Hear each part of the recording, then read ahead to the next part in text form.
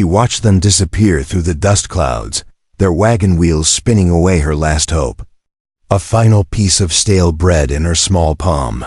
A hurried peck on her brow, that's all the farewell she received before becoming invisible to the only family she'd known. 10 years old, standing without shoes on that empty road, feeling the weight of abandonment settle in her bones like winter cold. The chase wasn't worth it anymore. She'd learned that lesson too many times. Running after people only left you breathless, bruised, and still unwanted. So she remained where abandonment had planted her, arms wrapped around her shins, staring ahead with eyes that had forgotten how to produce tears. She'd always been the burden, the extra plate at a table already too crowded, the unwanted addition to a family stretched beyond caring. Now she resembled discarded cargo, tossed aside like an old grain sack nobody remembered to claim. Nobody wondered about her chances of survival. Nobody cared enough to ask. Time crawled by as she observed tiny insects marching past, creating stories for each one, tracking the sun's lazy journey overhead. She wondered if even that burning orb ever felt cast aside, forgotten in the vast emptiness of sky. Hope had died in her chest long ago. But as shadows grew longer, the steady rhythm of approaching hoofbeats caught her attention.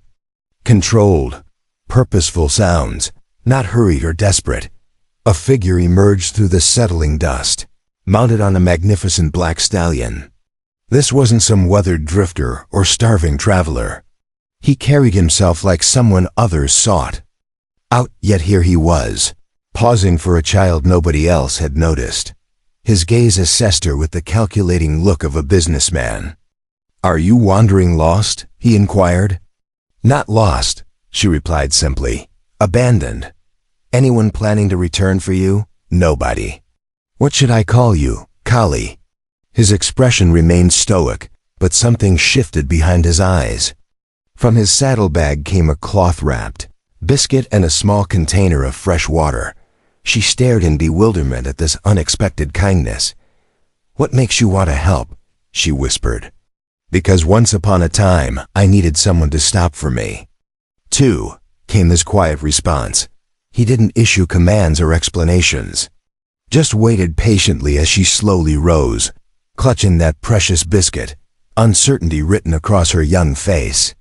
"Come along, Kali," he said, turning his mount toward the horizon. She didn't question the destination. For the first time in her life, someone had stopped, not because she offered value, but because leaving her there was simply wrong. Their journey stretched long and silent, punctuated only by the horse's steady gait and the way her small arms tensed whenever shadows flickered between the trees. Conversation felt unnecessary. Questions seemed pointless. The man showed no irritation at her quietness, a mercy she'd never experienced before. When they crested the final hill, she gasped. Below sprawled a magnificent homestead, not some ramshackle shelter, but a genuine home complete with pristine white fencing, a sturdy barn, twin porches, and blessed solitude.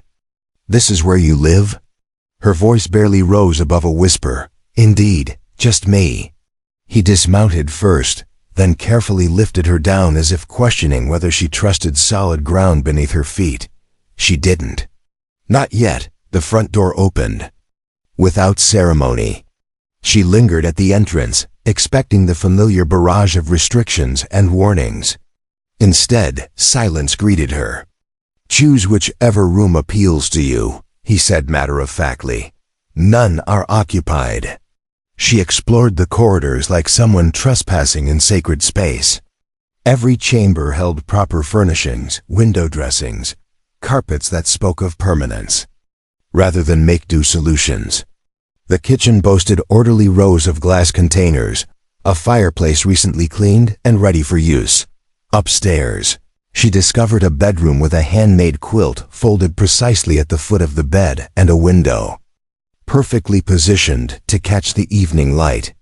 She perched on the mattress edge, still gripping that hours-old biscuit. The man materialized in the doorway, carrying a stack of freshly folded garments. "They'll be oversized, but they're clean," She nodded wordlessly. Do you carry a family name? He asked. Used to wish I had one. She blinked in surprise. Would you like mine? That's not something to be purchased, he replied. But it's available if you choose to claim it. What is it? Dalton, Cyrus Dalton. The name settled deep in her chest, not like chains binding her, but like protective armor. He departed, leaving behind the clothing and space to breathe. No demands, no conditions, just room to exist. That evening, tears didn't come. She slipped into the oversized shirt, burrowed beneath the quilt, and listened for familiar sounds of chaos, shouting voices, heavy footsteps, intoxicated threats. But only peaceful silence filled the air, marked by the gentle click of an extinguished lamp. For the first time in her memory, darkness felt like refuge rather than punishment. Morning arrived with sunlight streaming through windows of a bed that hadn't groaned under her weight or collapsed during the night. She lay motionless, questioning whether this was illusion or cruel joke, until the aroma of cooking meat drifted upstairs. Padding barefoot to the kitchen, she found Cyrus Dalton preparing breakfast alone. He didn't acknowledge her entrance immediately. Do you eat eggs? She nodded. Any foods make you sick? She shook her head. A filled plate slid toward the second chair. Then sit down. No interrogation followed. He didn't probe about her origins, her experiences, or why a child her age already. Recoiled when voices rose too sharply or movements came too quickly. His silence was the gentlest gift imaginable. They shared their meal quietly. When she finished, he poured milk into a tin cup and finally met her gaze directly. I'm riding out to inspect the northern boundary. You can remain here or accompany. Emmy, I won't leave you alone unless you approve. She blinked in astonishment. People didn't ask her preferences. They simply announced what came next. I'll come with you, she said. He rose from the table with a single nod of acceptance out at the barn. She re-encountered his magnificent black stallion, and beside it waited a smaller roan mare with gentle eyes and steady bearing. She's yours if you choose to stay, he said. Name her whatever feels right. She stood frozen. Why are you offering this? He adjusted the saddle without turning around. Because when I was 10, nobody offered me anything. Collie climbed awkwardly onto the roan, her heart racing with unfamiliar hope. Her riding skills were poor, but Cyrus never hurried or criticized, simply guided them slowly until silence transformed into something comfortable. At the fence line, he demonstrated how to test posts for stability, identify rust on wire, repair breaks without injury. He didn't treat her like a rescued waif. He treated her like someone whose future was worth investing. During their return journey, warm sunshine touched her shoulders. For once, she didn't feel insignificant. She felt acknowledged not because someone declared her important, but because someone believed in her worth, without needing her story as proof. 2 nights later, a violent storm swept through fast and brutal, with rain hammering windows and transforming fields into rushing rivers. Collie remained quiet as thunder rolled across the hills, curled up in the fireside chair with knees drawn tight beneath one of Cyrus's flannel shirts. He didn't ask about her fears, simply offered a dry biscuit and settled across from her with a book that remained unopened. For a long while, only crackling flames filled the space between them. Then he stood, walked to the hallway closet, and retrieved a heavy coat wrapped in brown paper and twine. This belonged to my sister, he said, placing it on the table. She passed last winter. Callie's eyes darted to his face. He didn't look like someone sharing a painful memory, just a man stating simple facts. She would want it worn, he added, not stored away collecting dust. Collie remained motionless, studying the coat's carefully mended sleeves. It would be too large, but appeared wonderfully warmer than anything she'd ever possessed. You're not obligated to accept it, he said, but it's available if needed. She said nothing, but when the next thunderclap split the sky, She reached for it slowly, as if expecting it to vanish. The coat carried scents of cedar and faint smoke, and she pulled it over her shoulders without looking up. "Thank you," she whispered. Cyrus simply nodded. The fire burned low as the storm raged on, and Kali leaned into the fabric, wrapped in kindness that demanded nothing in return. Morning brought returning sunshine, and mud that baked quickly under its intensity. Cyrus was already outside feeding the animals when she woke. She emerged wearing the coat. He said nothing, but she caught the flicker of something soft in his expression when he noticed respect, perhaps, or relief. That afternoon, she assisted with repairing a broken trough, and when a nail pricked her thumb, she winced but didn't cry. "Are you hurt?" he asked. "I'm fine." And she was not because pain was absent, but because someone finally allowed her space to hurt without punishment following. Cyrus didn't bring Kali into town until 3 weeks had passed. She'd been sleeping peacefully, eating like someone who trusted the next meal would come, speaking a little more each day. He prepared the wagon before dawn and told her, "We'll return before dark, don't worry." She didn't respond but went inside and changed into the cleanest clothes he'd provided. The ones he didn't claim were new, though she could tell. He didn't mention the ribbon he tied in her hair either, just helped her climb up and handed her the reins. The journey was lengthy, and the moment they reached Main Street's dusty expanse, Kali felt it, eyes watching from windows, porches, behind newspaper stands and broom handles. She wasn't accustomed to being observed like a puzzle waiting to be solved. She was used to being invisible, but here they stared as if demanding explanations. Cyrus offered no introductions or announcements. At the general store, he handed her a small basket. "Choose what you want within reason." She gripped it like it might attack her. "You mean for me? Unless you think I use blue ribbon soap and pickle candy." She blinked, then snorted an accidental laugh that surprised them both. Inside, the shopkeeper raised an eyebrow but remained silent when Cyrus nodded acknowledgement. At the counter, he added fabric, needles, a brush, and a book about wild horses to her selections. "For her," he said simply. The shopkeeper nodded with wordless approval. Outside, they passed 2 women whispering near the livery stable. One raised her chin challengingly. "Yours?" she asked. Kali stiffened, but Cyrus only met the woman's gaze steadily. "She is now."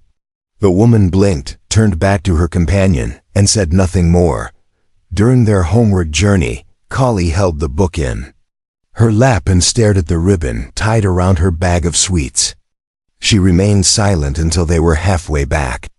"You didn't need to say that," she murmured. "Say what?"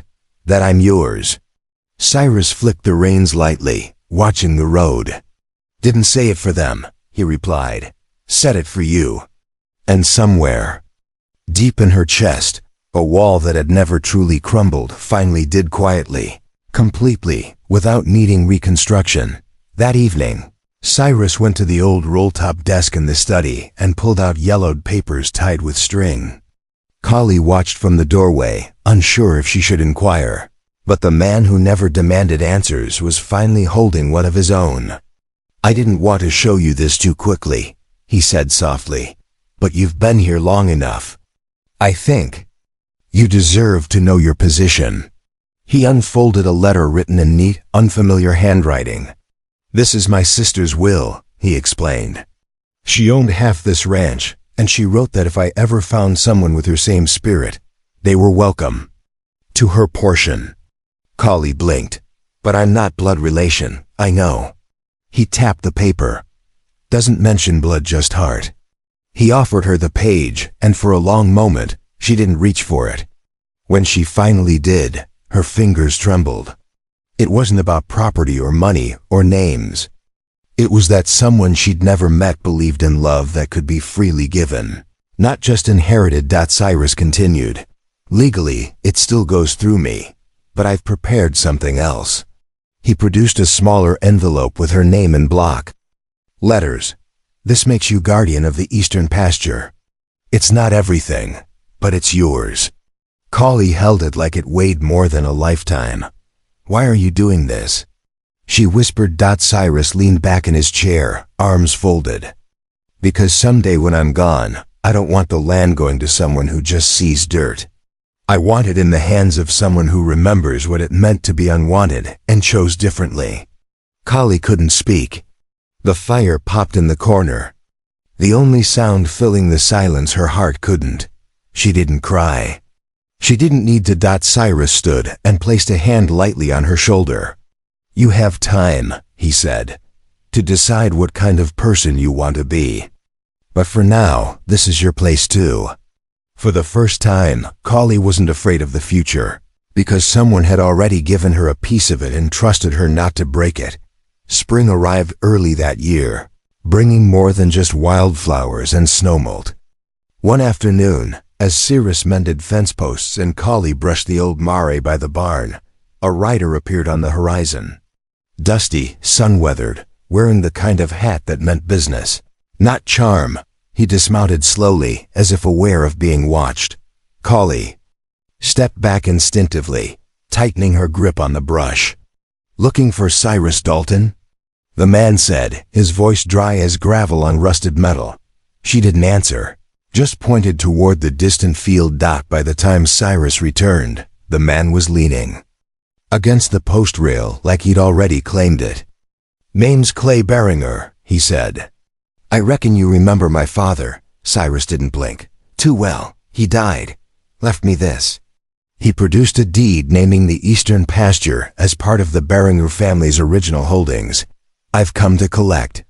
Collie felt her throat constrict. Cyrus examined the paper once, then twice. "You're 20 years too late," he said. "That claim expired. Only if it was contested." It wasn't. Clay stepped closer.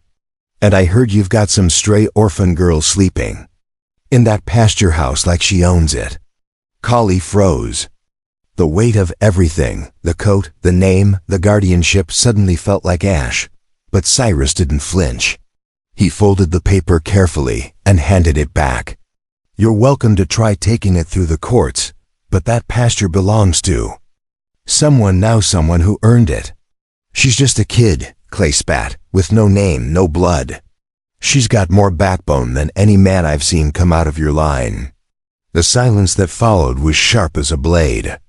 Clay stepped back, fuming, but said nothing more. Just mounted his horse and turned down the trail, wind at his back. That night, Collie sat on the porch, knees pulled to her chest. "He's right, isn't he?" she asked. "I don't really have a claim." Cyrus stared at the horizon. "You do now." "But the law only knows paper. I know people, and I know you." She didn't smile, didn't thank him. She just stayed close, wrapped in her coat, as if staying meant believing. And in that moment, it did. The next time Clay Beringer came, he didn't come alone. 2 other men rode with him, brothers or hired muscle. Collie couldn't tell. Cyrus wasn't home. He'd gone to town for supplies, trusting the trail and the silence to keep things peaceful. But the rumble of hooves suggested otherwise. Collie saw them coming from the barn loft. She didn't panic, not anymore. She climbed down, tied her braid tight, and stepped onto the porch before they even dismounted. Clay was first to speak. "Thought I'd come talk to the girl wearing a man's title like it fits." She didn't answer. "You got something that belongs to my family?" He nodded toward the pasture behind her. "Thought I'd offer you a deal. Walk away now and I won't make trouble." Collie looked at the land, the barn, the slope where chickens roamed free, where Cyrus had once handed her a broken rake and said, "Start here." She thought about the book in her drawer, the soap that smelled like lavender, the porch chair that creaked. Just right. Then she looked back at Clay. "It's already mine." The 2 men behind him shifted in their saddles. Clay chuckled. "You really think you can hold it?" "I don't think," she said. "I know." She reached behind the door and lifted the shotgun Cyrus had left there, not aimed, just held steady. Now you can leave, or we can wait for someone who will tell you the same thing with bigger words and legal stamps. Clay's face hardened, but something in her eyes stopped him. Not rage, not fear, just clarity. You're bluffing, he muttered. Maybe, she said, but are you ready to find out? A long pause, then slowly Clay backed toward his horse. This isn't over. It is for you. He swung into the saddle.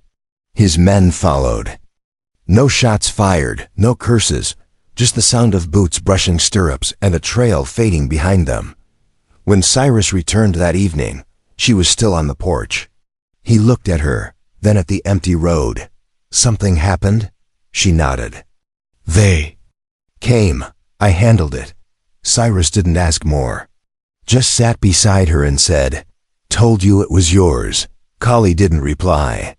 She just let the quiet settle, the kind of quiet that belonged to someone who had finally defended her place in the world.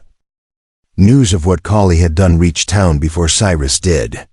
By the time he rode in for the next supply run, 3 storekeepers had already asked if the little girl out at the Dalton Ranch was taking over operations. Cyrus only smiled and bought extra fence wire. Back home, Collie didn't move like a shadow anymore.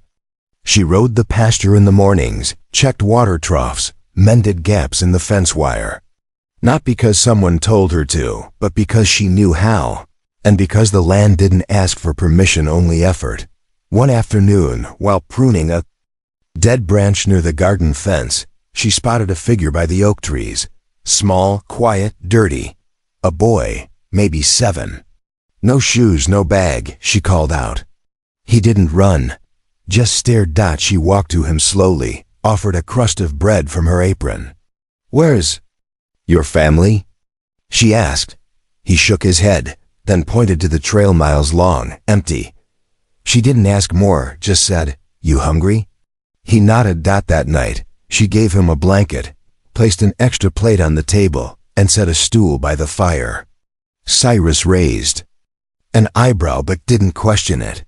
Another orphan, he said lightly. You collecting us now? Collie met his eyes. Someone collected me once. Cyrus nodded once, satisfied. In the days that followed, the boy, his name was Micah, spoke little but stayed close. He watched Collie feed the chickens, watched Cyrus fit a new beam under the porch, and began mimicking them both without asking. On the 4th night, he spoke. Just one sentence. Can I stay? Collie looked to Cyrus. He didn't blink. Not my decision, he said. Collie knelt beside Micah. You help, you listen. You treat what's here like it matters. That's how it works. The boy nodded solemnly. Then yes, she said softly, you can stay.